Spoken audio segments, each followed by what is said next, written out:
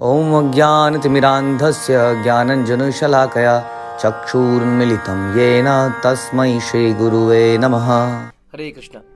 भगवद गीता अध्याय 7वां, knowledge of the absolute, श्लोक संख्या 28। येषां त्वन्गतं पापं जनानां पुण्यकर्मणां ते द्वन्द्वमोह निर्मुक्ता भजन्ते माम दृढ़वतः। जिन मनुष्यों ने पूर्व जन्म में तथा इस जन्म में पुण्य कर्म किए हैं और जिनके पाप कर्मों का पूर्णतया उच्छेदन हो चुका है, वे मोह के द्वंद्वों से मुक्त हो जाते हैं और वे संकल्प पूर्वक मेरी सेवा में तत्पर होते हैं। तो इससे पिछले श्लोक में हमने द्वंद्वों के विषय में सुना था कि संसार में व्यक्ति द्वंद्वों में युक्त हो जाता है, उनको सॉल्व करने में लग जाता है। ये द्वंद्व हमने सुने थे, मित्रता, उसका शत्रुता, सुख दुख, धूप छाव, सर्दी गर्मी इत्यादि। तो ये द्वंद्व को सॉल्व करने के लिए हम बहुत सारा बल लगाते हैं, समय लगाते हैं, लेकिन हमने डिस्कस किया था कभी भी ऐसा हो नहीं सकता है कि आप हेड्स एंड टेल्स को अलग कर पाएँ। तो ये दोनों ही जीवन में रहेंगे हमारे कर्मों के अनुसार। तो ये हमने शुरू सुना था। लेकिन आप आज बता रहे हैं कि जो व्यक्ति द्वंद्वों से मुक्त हो जाते हैं वो मेरी संकल्प पूर्वक सेवा में तत्पर हो पाते हैं, क्योंकि द्वंद्वों में लगे रहने से सारा समय प्रॉब्लम्स को सॉल्व करने में लग जाता है जीवन का, और वो इम्पोर्टेंट समय भगवान की भक्ति में नहीं लगता है। अब इसमें बता रहे हैं कि जिन मनुष्य ने पूर्व जन्म में तथा इस जन्म में पुण्य कर्म किए हैं, जिनके पाप कर्मों का पूर्णतया उच्छेदन हो चुका है, वो एक और कैटेगरी बताई, वो मेरी सेवा में तत्पर होते हैं और वो ही द्वंद्वों से मुक्त हो पाते हैं। यानी कि मुख्य बात ये है कि जो भक्ति में लगता है वो व्यक्ति बहुत ही रेयर व्यक्ति है। ये बिल्कुल साबित होता है कि हम लोग जब प्रचार करने जाते हैं तो कितने हजारों लोगों को प्रचार करते हैं, लेकिन बहुत ही कम मात्रा में भक्त बन पाते हैं, इस बात को समझ पाते हैं। और आप देखेंगे कि संसार में जो व्यक्ति बहुत ही सस्ते तौर पे आपको भक्ति बेचना चाह रहा है, क्योंकि संसार में इसी तरह की भक्ति बिक रही है जिसमें कोई नियम नहीं है, कोई कानून नहीं है, और लोग उसको फॉलो करना चाहते हैं। बड़ी तादाद में आजकल गुरु को कोई फॉलो करने लग जाता है, ऐसे गुरुओं को जो कोई कुछ नियम नहीं बताते। आप उनके पास जाइए, उनके मनवांछित दीक्षा मंत्र को लीजिए, कोई नियम नहीं है, कोई कानून नहीं है, और जुड़ जाइए और आप भी सो कॉल्ड शिष्य बन जाते हैं उस सो कॉल्ड गुरु के। तो क्योंकि उनके पाप कर्म समाप्त नहीं हुए हैं और उनके पास क्रेडिट नहीं है, यानी कि जैसे कि आपके पास क्रेडिट कार्ड होता है, उसमें क्रेडिट लिमिट होती है। माना आपकी लिमिट 50,000 रुपये की है, तो आप किसी होटल में तभी तक रुक पाएंगे जब तक कि उसकी लिमिट नहीं ख़त्म हो जाती। माना होटल 5,000 रुपये का है, तो आप केवल 10 दिन तक ही उस होटल में रुक पाएंगे, उसके बाद आप रुक ही नहीं पाएंगे। उसी तरह से बहुत सारे लोग प्रवचन सुनने आते हैं, कोई 15 मिनट बैठता है, कोई आधा घंटा बैठता है, कोई एक प्रवचन में आता है, कोई 2 में आता है। बहुत कम लोग हैं जो उसको कंटिन्यूसली सुन पाते हैं, क्योंकि उतना क्रेडिट होना चाहिए। कौन सा क्रेडिट? प्रभुपाद यहाँ भगवान बता रहे हैं, पुण्य कर्मों का क्रेडिट, सुकृति का क्रेडिट, हाँ, जो कि हमने पिछले जन्मों में किया है। हमने पिछले जन्मों में जरूर कहीं ना कहीं साधु संग किया, किसी साधु की सेवा कर दी जाने अनजाने में, उससे हमारे पास कुछ कर्म इकट्ठे हो गए, सुकृति के कर्म, पुण्य कर्म, जिसके कारण से अब हम भक्ति की शुरुआत कर पा रहे हैं। लेकिन जिनके पास अभी पुण्य पाप कर्मों का भंडार है, वो व्यक्ति इस रास्ते पे चल नहीं पाएगा। आप देखेंगे कि भक्त लोग जुड़ते हैं, थोड़े थोड़े दिनों में गायब भी हो जाते हैं। बहुत कम है लोग हैं जो इसको कंटिन्यूसली चल पाते हैं। इसलिए भगवान बोलते हैं कि मनुष्यानाम सहस्त्रेषु कश्चित् यतति सिद्धये। बहुत ही कम लोग हैं जो इसमें चलते हैं, और जो चलते भी हैं उनमें से बहुत कम हैं जो इसमें सिद्धि प्राप्त कर पाते हैं, ऐसा भगवान गीता में बताते हैं। तो ये सब हमारे यानी कि कृष्ण भक्ति करना, ये भी हमारे पुराने कर्मों के ऊपर डिपेंड करता है जो कि हमने कर्म किए हैं, क्योंकि पुराने कर्म हमारे अंदर बैड फीलिंग्स, इच्छाएं डेवलप करता है ना। जैसा मैं पुराने जीवन में जिया हूँगा उसी तरह की इच्छाएं मेरे अगले जीवन में आती हैं, और उन इच्छाओं की वजह से हमारा मन दूषित हो जाता है, कंटिन्यूसली दूषित रहता है, उसमें गंदे विचार आते हैं। उन गंदे विचारों को पूरा करने के लिए कई बार हम एक्ट कर ही जाते हैं। गंदे विचारों को रोकने के लिए बुद्धि की आवश्यकता होती है। बुद्धि तीव्र होती है साधु के संग से और शास्त्रों के पढ़ने से। अब साधु का संग और शास्त्रों को तो हम पढ़ेंगे नहीं, क्योंकि अभी पाप कर्मों का भंडार है। तो यानी कि बुद्धि बिल्कुल नॉन एग्जिस्टेंट है, मन के अंदर दूषित इच्छाएं हैं पुनः बैड कर्मास की वजह से, अब क्या होगा उस आदमी का, सोचिए। यानी कि उन इच्छाओं को पूर्ति करने के लिए वो बहुत काम करेगा, यानी कि और पाप कर्म करेगा, जिससे कि और कर्म इकट्ठा होंगे, जिससे कि अगले जन्म में और ऐसी इच्छाएं होंगी, और वो नीचे नीचे नीचे नीचे की योनियों में जाता चला जाएगा। तो इसके लिए अब इससे निकाला कैसे जाए जीवात्मा को, इसका तो फिर कुछ समझ नहीं आता कि इसमें से आदमी कभी बाहर निकल पाएगा क्या।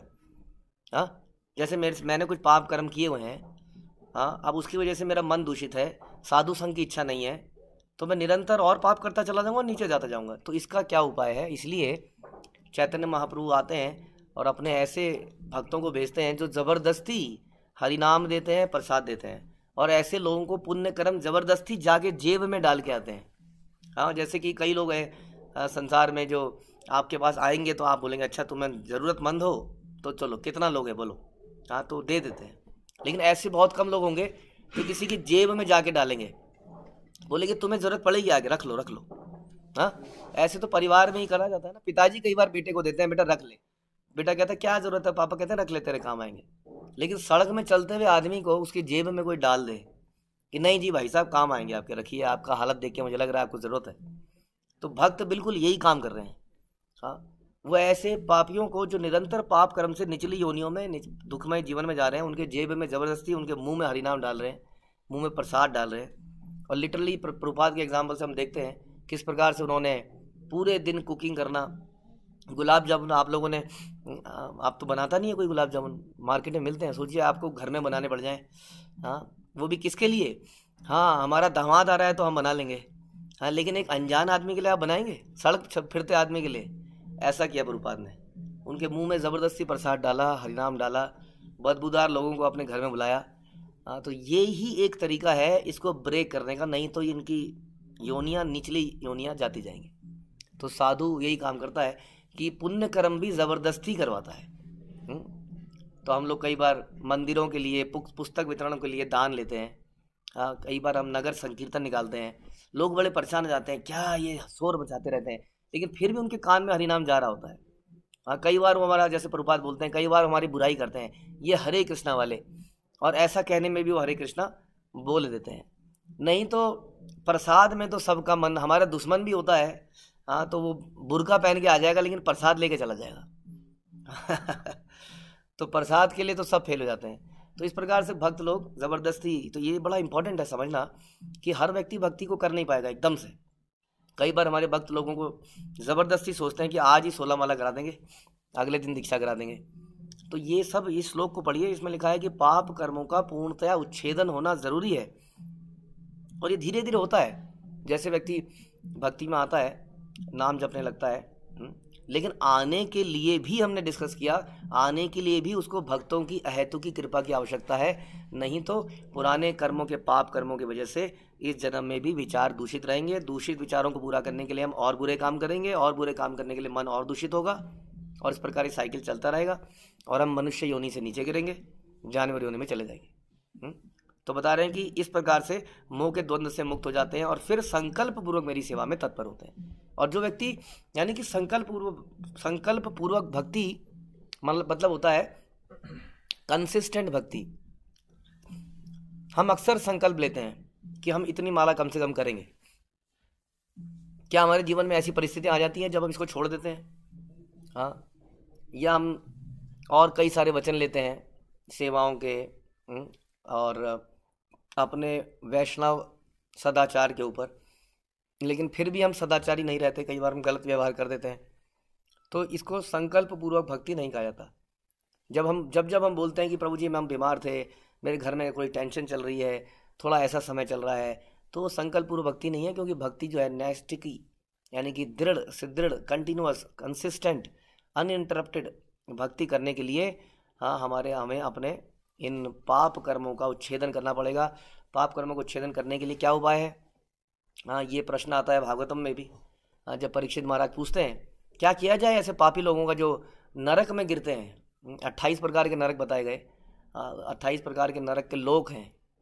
तो परीक्षित महाराज पूछते हैं क्या किया जाए, तो वो उनको बताते हैं कि गंगा स्नान इत्यादि पुण्य कर्म किया जाए। लेकिन परीक्षित महाराज स्मार्ट थे, इंटेलिजेंट थे, वो कहते हैं ये तो ठीक नहीं लग रहा मुझे सुन के, क्योंकि मैं नहाऊंगा गंगा में, उसके बाद फिर से पाप करूंगा, हाँ, तो जैसे हाथी नहाता है उसके बाद अपने पाप ऊपर फिर से धूल डाल लेता है, तो ये तो सही उपाय नहीं लगता है।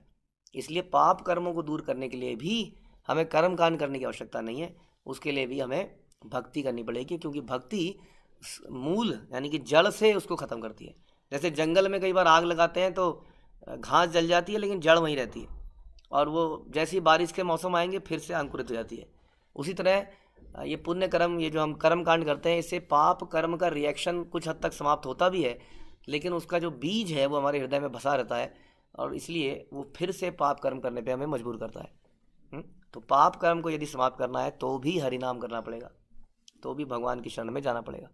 प्रभुपाद कह रहे हैं कि इस अध्याय में उन लोगों का उल्लेख है जो दिव्य पद को प्राप्त करने के अधिकारी हैं। तो भक्ति इज़ नॉट सो चीप कि किसी को भी मिल जाए। हर चलता फिरता आदमी यही सोचता है कि वो भक्त है। यहाँ बता रहे हैं कि हर कोई इसका अधिकारी नहीं है वास्तव में। जो पापी, नास्तिक, मूर्ख, कपटी हैं, उनके लिए इच्छा और घृणा के द्वंद्व को पार कर पाना मुश्किल है। ये हमने पिछले श्लोक में डिस्कस किया, किस प्रकार व्यक्ति इच्छा और घृणा के द्वंद्व में ही घूमता रहता है।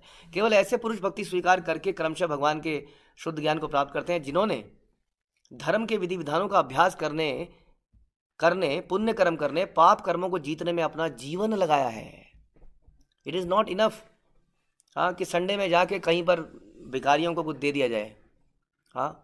इट इज़ नॉट इनफ कि कभी कभी महीने में कोई CSR एक्टिविटीज़ कर ली जाए, 6 महीने में, साल में एक बार कंपनी की तरफ से, और कुछ अनाथालय में जाके कुछ खाना बांट दिया जाए। This is not enough. यहाँ पर बात बता रहे हैं जिन्होंने धर्म के विधि विधानों का अभ्यास करने, देना तो बड़ा आसान है, दान देना, लेकिन अपने जीवन को सुधारने के लिए हमें विधि विधानों का पालन खुद से करना पड़ेगा। जिन्होंने पुण्य कर्म करने, पाप कर्म को जीतने में अपना जीवन लगाया है। हम सुनते हैं चैतन्य महाप्रभु की शिष्टकाष्टकम में पहला श्लोक है ये, चेतो दर्पण मार्जन भव महादावाग्नि निर्वापण। यानी कि पहला कार्य ही हमारा ये है कि चित्त को साफ किया जाए जो इन विषयों से लिप्त है। तो यही इसमें पूरा जीवन लगाना पड़ता है। हम भक्ति के जो स्टेप्स हैं उसमें पहला सुनते हैं साधु संग, पहला श्रद्धा, फिर साधु संग, फिर भजन क्रिया, और फिर अनर्थ निवृत्ति।